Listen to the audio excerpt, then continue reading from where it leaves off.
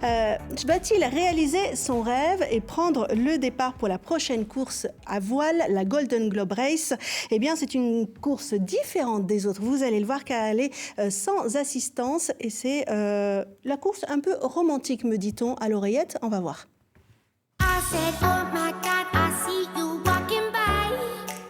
Arnaud Guest, je rappelle que vous êtes skipper. Donc, cette Golden Globe Race, vous dites que c'est le truc le plus inutile au monde, mais que ça vous attire follement. Expliquez-moi. Alors, en fait, c'est un départ du Sable d'Olonne. On fait le tour du monde, on passe sous l'Afrique, on passe sous l'Australie, sous l'Amérique, et on rentre.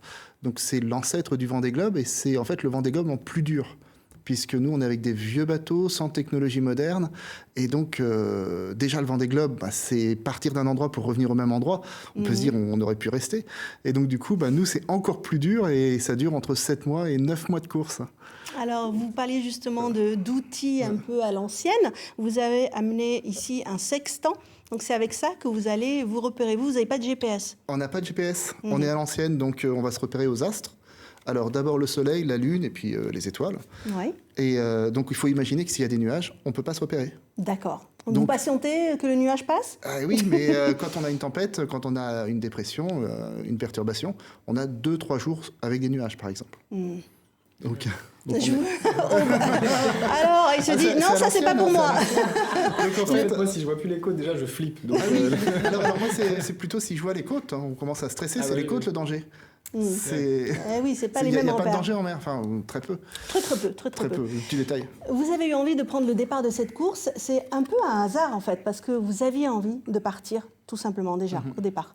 Oui, absolument. En fait, ça fait 20 ans, 25 ans que je voulais faire ce tour du monde en solitaire, sans escale, avec des bateaux de petite taille, des bateaux anciens. Et il y a 6 ans, je découvre l'arrivée de la Golden Globe Race. En fait, c'était la première Golden Globe Race, c'était en 68.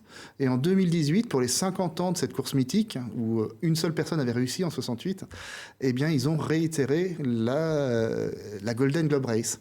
Donc la course du Globe d'Or. Et vous êtes dit, en fait, c'est mon itinéraire, c'est ce dont je rêve, donc autant faire cette course-là. Ah oui, non, mais là c'était pas possible. En fait, au départ, ils devaient partir d'Angleterre, ils partent de France, ils devaient partir avec des bateaux anciens. J'avais un bateau ancien qui correspondait à la course. Non, c'était pas possible. Les étoiles s'alignent pour vous. C'est ça, non? On a tout organisé pour que vous puissiez partir. Oui, mais ils m'ont cherché, c'est pas possible. Donc en 2018, j'ai dit, s'il y a une prochaine, et en 2022, donc c'était la prochaine, tous les 4 ans maintenant, il y aura la Golden Globe Race, départ des Sables d'Olonne, ils sont partenaires. Et donc, du coup, je suis inscrit pour la 2022. Départ septembre prochain. 4 septembre. 4 septembre, exactement. Alors, comme Lucie, vous n'êtes pas un voileux, un professionnel. Vous aimez la mer, vous avez déjà beaucoup navigué, mais ce n'est pas votre métier. Non. Alors, j'ai eu beaucoup de métiers. J'ai été tout d'abord photographe, après marin, 3 ans. Sur mon bateau, j'ai acheté un bateau et puis je suis parti. Et puis après, j'ai travaillé dans le bâtiment, après j'ai travaillé dans la formation. Voilà. Mais tous les marins de la Golden Globe Race ont d'autres métiers. Il y a des menuisiers, il y a des aviateurs, d'autres. En fait, c'est beaucoup des amateurs. Et c'est des amateurs, des gens qui ont toujours rêvé de faire ça. Des romantiques. Alors, je dirais. C'est romantique parce qu'en fait, quand vous regardez les bateaux, c'est des bateaux comme un enfant pourrait le dessiner. Et puis, c'est... je suis désolé, mais par rapport à un GPS, à un écran où on appuie dessus, là, on est là-dessus, on a des livres, donc c'est des tables algorithmiques, donc c'est des HO 249, pour faire le point. Et tout d'un coup, ça devient magique. On obtient un trait sur la carte où on est. Et en fait, on est sous les étoiles, on a réussi à trouver où on était sur Terre.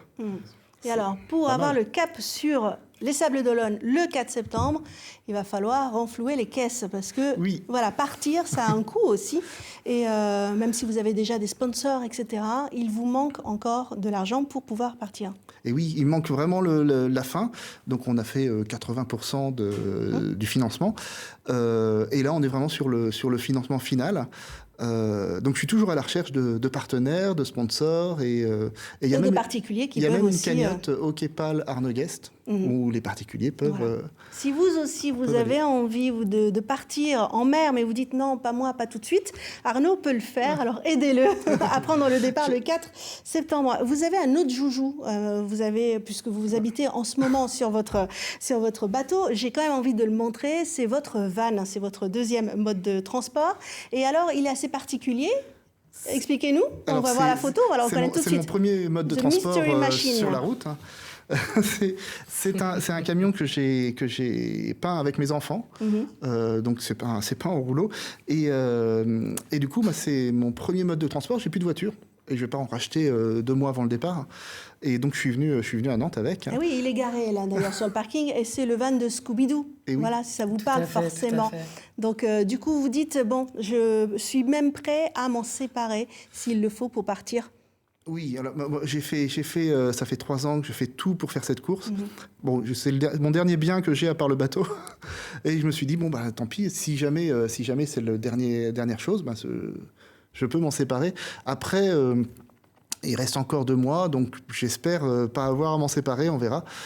C'est comme ça. C'est une course qu'on fait qu'une seule fois dans sa vie et c'est une course complètement unique, complètement en dehors de toutes les autres courses. Bon, écoutez, en tout cas, on vous souhaite vivement pendant ces 2 mois de trouver la fin de votre financement et de pouvoir prendre la route au départ des Sables d'Olonne, surtout.